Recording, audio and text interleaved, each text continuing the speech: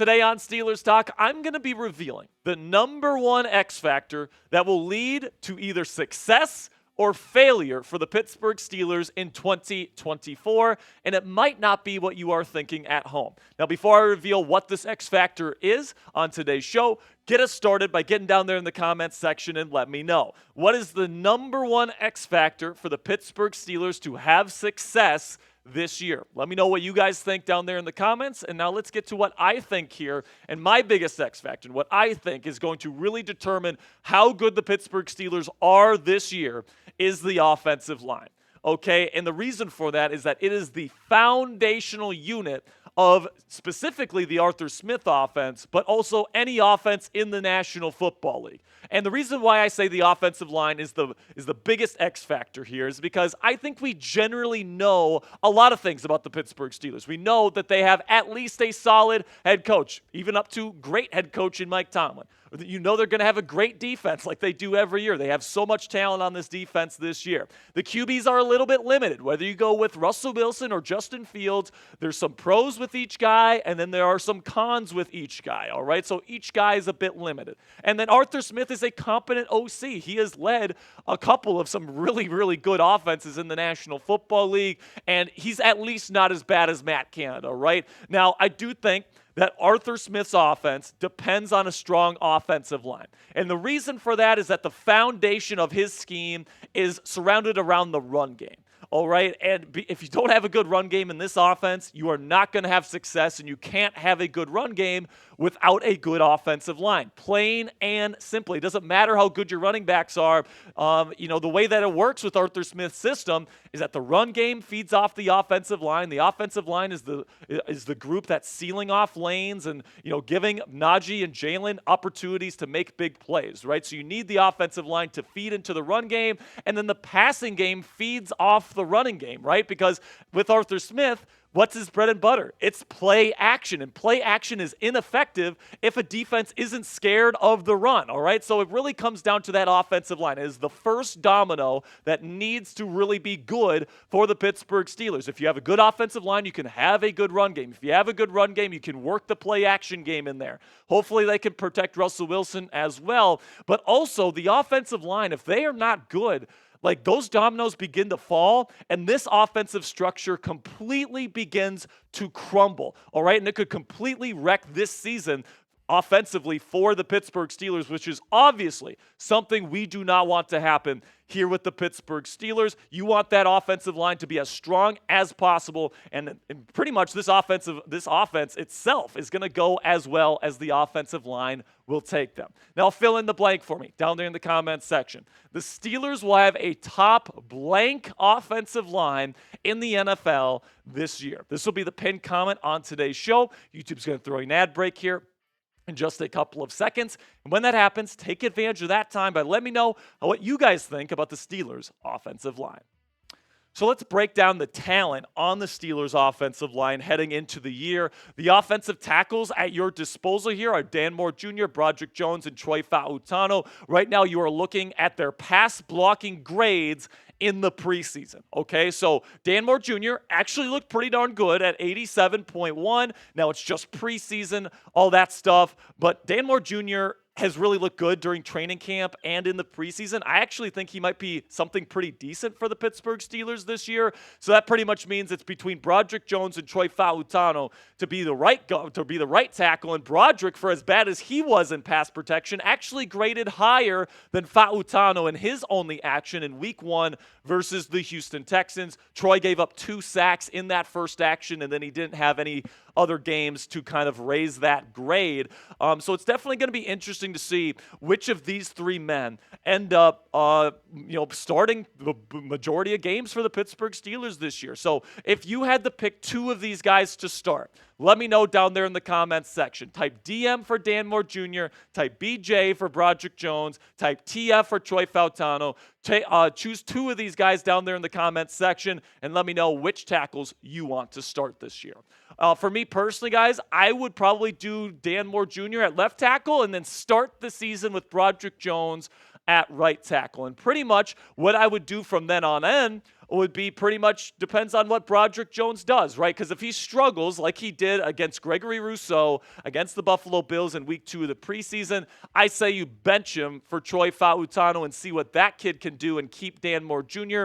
in the lineup. However, if Broderick Jones is showing you some good things and you definitely want him to be your left tackle of the future, I would say, maybe trade Dan Moore Jr. for a decent draft pick, maybe make him into your swing tackle, move Broderick over to the left side, and then eventually move Troy Fautano in at right tackle whenever he's ready during the season.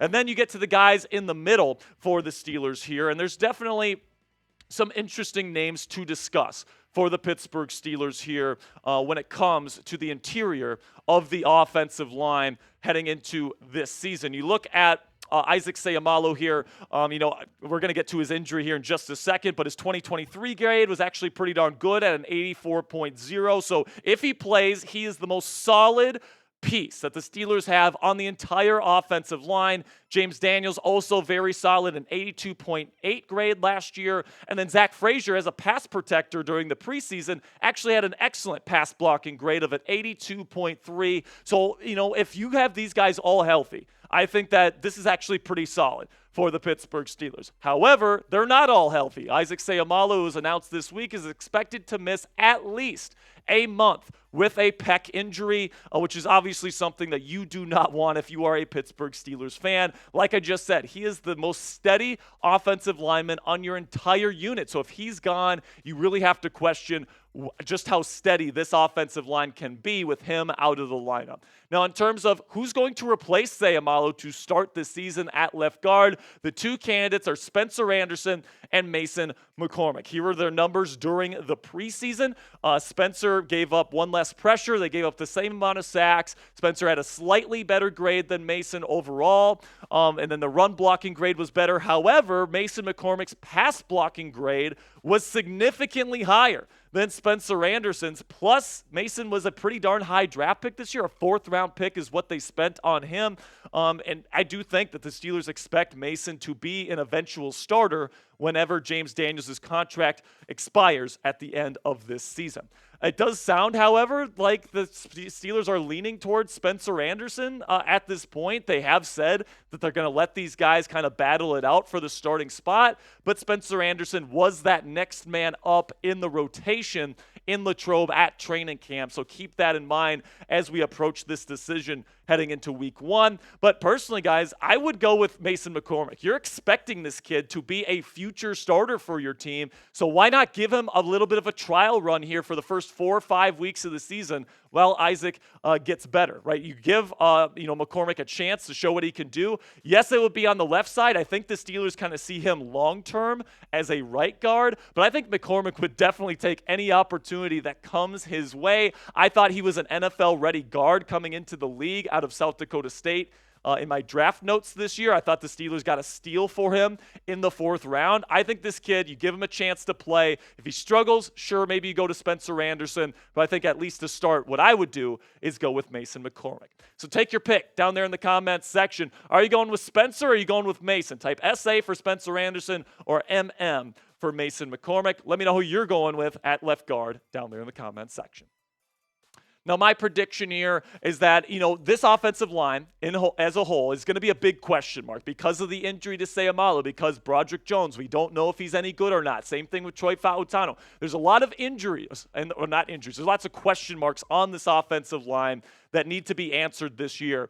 But I do think that eventually Mike Tomlin is going to find the right mix. Now, whether that's, Broderick on the left and Fautano on the right, whether that's benching Broderick Jones, whether that's, whatever the case may be, starting McCormick to start the season, I think eventually they're going to figure it out, and this offensive line is going to be humming towards the end of the season. Now, don't get me wrong here, guys. Russell Wilson and Arthur Smith, just like Kenny Pickett and Matt Canada, they're going to be big X factors for this team as well. But I do think the offensive line is a more foundational unit to this team. And I think that, Arthur Smith and Russell Wilson, how they do is going to be more supplementary and more secondary to this more foundational issue of the offensive line. And this is the way that I'm thinking of it, guys. If you don't have a good offensive line this year, you're not going to have success no matter what, all right? So you need to get that part right if you are the Pittsburgh Steelers this year, if you want any shot at a Super Bowl championship, all right? But also, you need the quarterbacks to be pretty darn good as well. So, if you can get the offensive line and the quarterback working in sync, Russ is playing well, the run game is going, all that great stuff. All right, yeah, maybe the Steelers can potentially make a run for a Super Bowl this year, or at least win a playoff game this season. But if you don't have that offensive line in order, you're not going to have the run game, you're not going to have the passing game, and this is once again going to be a Steelers offense that seems to be stuck in limbo, and it's going to be like pulling teeth watching this team try to move the football. So make sure you guys click that subscribe button, and make sure you get down there in the comments section and spam real one in all caps down there in the comments section if you made it to the end of today's show. I appreciate you guys for making it to the end of today's program, man. Make sure you click that subscribe button, like the video, do all that great stuff. And until next time, guys, here we go, Steelers.